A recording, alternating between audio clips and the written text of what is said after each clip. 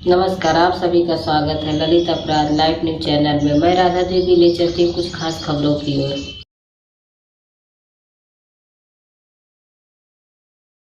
क्या नाम है आपका? एसके मिश्रा। मार्केट में जो आजकल चर्चा हो रही है उसके बारे में क्या कहना चाहेंगे? मार्केट में जो 55 किलो का मुद्दा अंतर्राष्ट्रीय मानवाधिकार ने जोरों से एक अभियान चलाया था, उसके ऊपर काफ़ी सारे व्यापारी वर्ग भी राजी थे, ट्रांसपोर्टर भी राजी थे। ट्रांसपोर्टर लोगों से एक सामूहिक मीटिंग हुई थी। उस मीटिंग के अंदर ये निष्कर्ष निकला था कि हम सारे लोग राजी हैं, अगर मार्केट के व्यापारी राजी होते हैं तो हमें कोई एतराज़ नहीं है 55 किलो के पार्सल को लेके।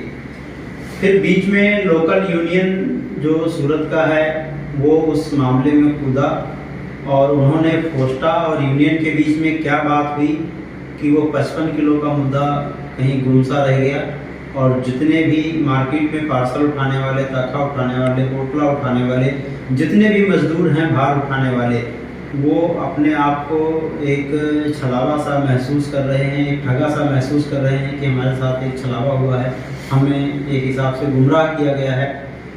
जबकि सरकार की जो गाइडलाइन है वो 55 किलो से अधिक वजन उठाने की गाइडलाइन नहीं है, किसी भी क्षेत्र में नहीं है।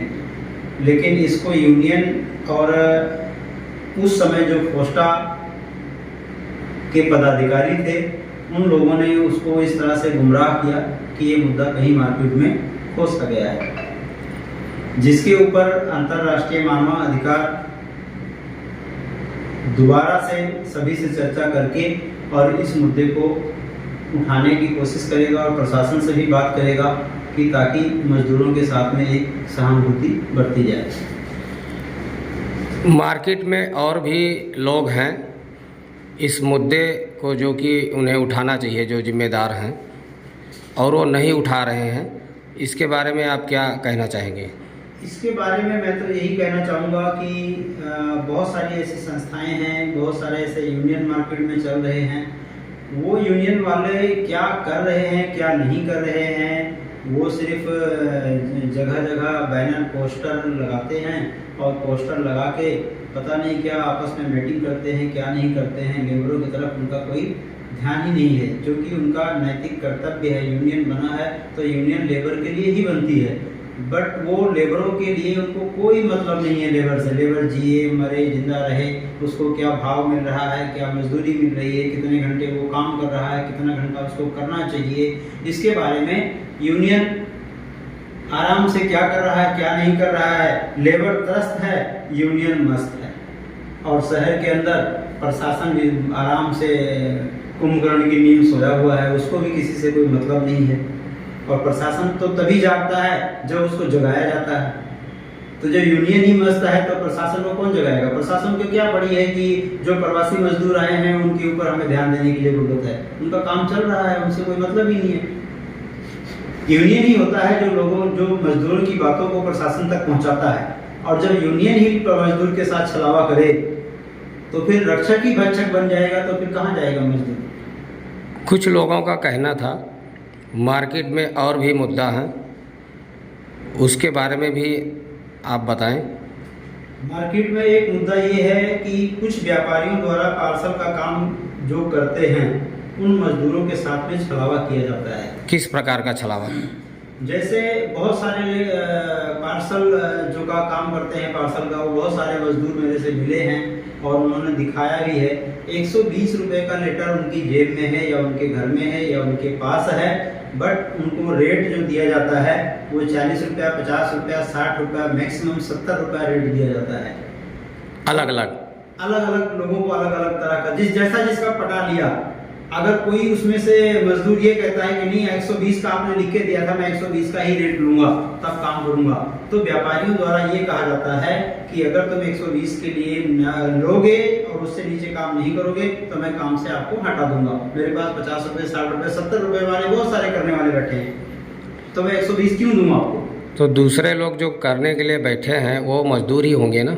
वो भी मजदूर ही हैं, वो भी मजदूर हैं। उस मजदूरों को एक सूत्र में बांधना एक पैटर्न पे लाके खड़ा करना ये काम है यूनियन का, लेकिन यूनियन ही मजदूरों को आपस में फूट डालती है और व्यापारी वर्ग से मिलकर मलाई खाती है।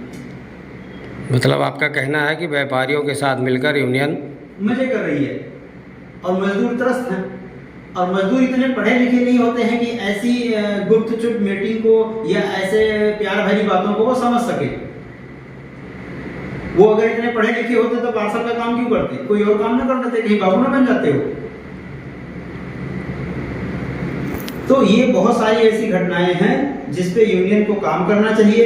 यूनियन काम नहीं करता है, जो एक चिंता का विषय है। आने वाले टाइम में अगर यूनियन अपने कार्य प्रणाली पे खरा नहीं उतरा तो अंतर्राष्ट्रीय मानवाधिकार सुरक्षा संगठन गुजरात की शाखा यूनियन से भी जवाब सवाल करेगा।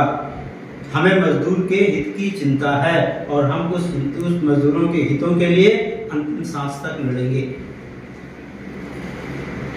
मार्केट में कुछ लोग ये चर्चा कर रहे थे कि पार्किंग के विषय में कुछ रहा बात। जो पार्किंग का सवाल है, पार्किंग के सवाल में बहुत सारी ऐसी मार्केटें हैं जो अपने पार्किंग नहीं लेती है मोटरसाइकिल या गाड़ी का। कुछ मार्केट ऐसी हैं जो पार्किंग का लेते हैं और नाजायज लेते हैं, जबकि गुजरात हाई कोर्ट का ये ऑर्डर है कि अगर कोई भी मल्टी कॉम्प्लेक्स में या किसी मॉल में या किसी शॉपिंग सेंटर में या किसी ऐसी मार्केटों में कोई भी बंदा अपना वाहन पार्क करता है तो 1 घंटे तक उसको छूट मिली हुई है। 1 घंटे तक उसको कोई चार्ज नहीं देना है। ये गुजरात हाई कोर्ट का ऑर्डर है। और अगर 1 घंटे के बाद भी वो वहां रहना चाहता है तो मोटरसाइकिल से 10 रुपया और 4 व्हीलर और 3 व्हीलर से 30 रुपया प्रति दिन का चार्ज किया जाता है। ये सुप्रीम कोर्ट का ऑर्डर है। लेकिन बहुत सारी ऐसी मार्केटें हैं जो सुप्रीम कोर्ट के ऑर्डर का भी अवहेलना कर रही हैं, वो सुप्रीम कोर्ट को भी मानने को तैयार नहीं है। तो इसके ऊपर भी हमारी संस्था चिंतन कर रही है। हर एक एविडेंस को अपने पास में कोर्ट द्वारा या जैसे भी करके अपने पास एविडेंस लाएगी। उसके बाद में फिर मार्केट प्रशासन से या मार्केट मैनेजमेंट से